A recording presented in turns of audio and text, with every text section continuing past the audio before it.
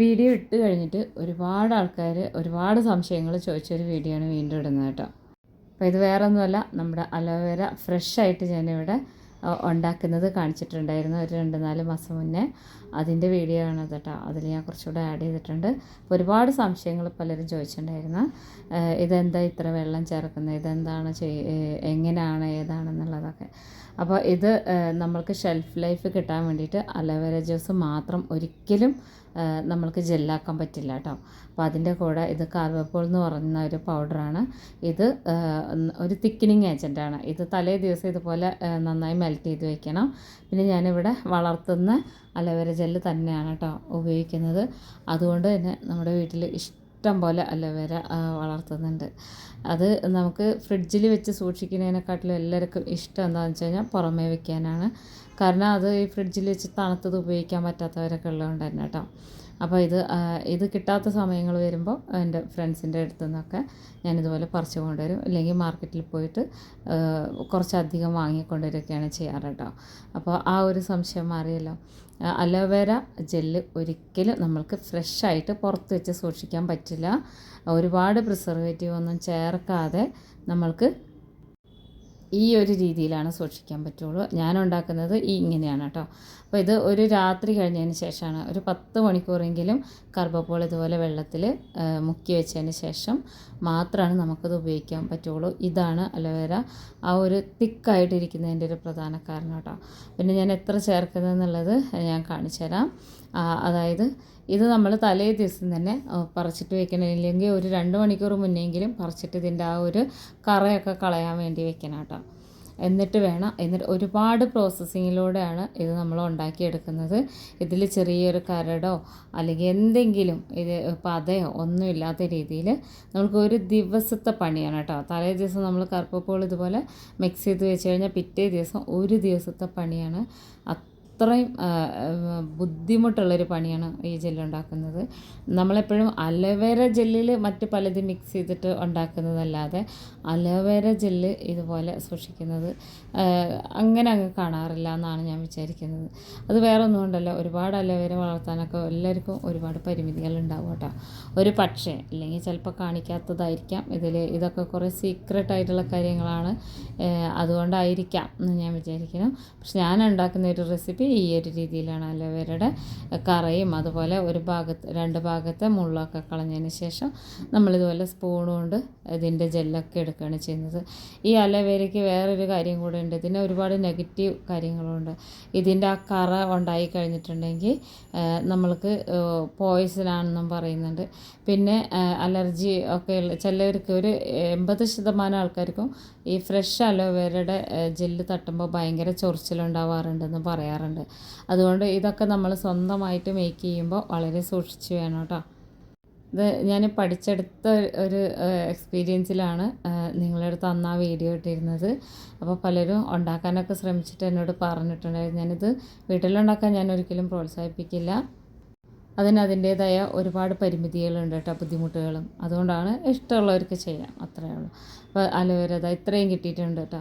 ഇനി ഇത് മിക്സിയിലിട്ടിട്ട് നന്നായിട്ട് അടിച്ചെടുക്കണം. അത് അടിച്ചെടുക്കുന്നത് 1 തവണ 2 തവണ ഒന്നും അല്ല കേട്ടോ, ഒരു 2-3 തവണ ഇതിനെ അടിച്ചെടുക്കണം. ഇതിൻ്റെ ജെല്ല് മുഴുവനായിട്ട് നമുക്ക് കിട്ടുന്ന രീതിയിൽ അടിച്ചെടുക്കണം കേട്ടോ.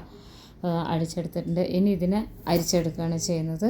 ഇതിൻ്റെ പ്രൈസിനെ കുറിച്ചിട്ട് പറഞ്ഞിട്ടുണ്ടായിരുന്നു. നമ്മൾക്ക് ഇങ്ങനെ കിട്ടുന്ന സംഭവങ്ങൾ ഒരുപാട് ടൈം മേക്ക് ചെയ്തതിന് ശേഷമാണ് ഇത് ഉണ്ടാക്കി ഡബ്ബയിലാക്കി അടച്ച് ലേബിൾ ചെയ്ത് നിങ്ങളുടെ അടുത്തേക്ക് എത്തുമ്പോഴേക്കും ഇതിൻ്റെ പിന്നിൽ ഒരുപാട് എഫേർട്ട് ഉണ്ട്, ഒരുപാട് പൈസയുടെ ചിലവെല്ലാം വരുന്നുണ്ട് കേട്ടോ. ഇത് ചെറുതായിട്ടൊന്ന് ചൂടാക്കി എടുക്കണം അലോവേര ജെല്ല്. ഒരുപാട് പതയാൻ പാടില്ല, ഒരുപാട് തിളയ്ക്കാൻ പാടില്ല. വളരെ ലോ ഫ്ലെയിമിലിട്ടിട്ട് ചെറിയൊരു ചൂട് എന്നാലാണ് അതിൻ്റെ ആ ഒരു ചൊറിച്ചിൽ മാറുള്ളൂ കേട്ടോ. അതുകൊണ്ടാണ് ഞാൻ ഇങ്ങനെയൊക്കെ ചെയ്തെടുക്കുന്നത്. ഞാൻ ഉണ്ടാക്കുന്ന ഒരു രീതിയാണ് ഞാൻ കാണിച്ചിരുന്നത്.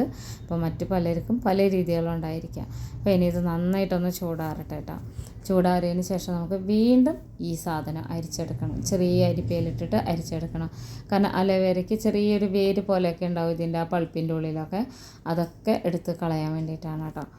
നമ്മളെപ്പോഴും ജെല്ലുണ്ടാക്കുമ്പോൾ മുഖത്തൊന്നും ഇങ്ങനെ തടഞ്ഞ് നിൽക്കാത്ത രീതിയിൽ ഉണ്ടാക്കണം എന്നുള്ളതുകൊണ്ട് തന്നെ നമുക്കിത് ഇങ്ങനെയൊക്കെ ചെയ്യേണ്ടതുണ്ട്.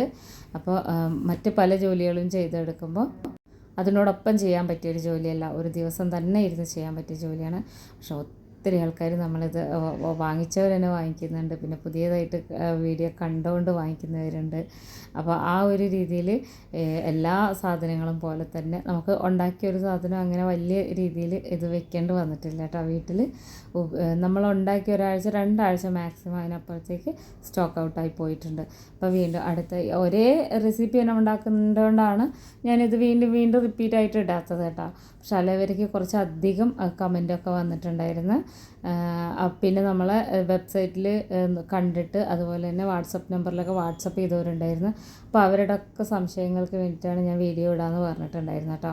ഒത്തിരി ആൾക്കാർ ഉപയോഗിച്ചിട്ട് എനിക്ക് അതിൻ്റെ റിപ്ലൈ തന്നിട്ടുണ്ടായിരുന്നു, ഉപയോഗിച്ച് നോക്കിയിട്ട് എങ്ങനെയുണ്ടെന്നുള്ളത്. ഒത്തിരി സന്തോഷം.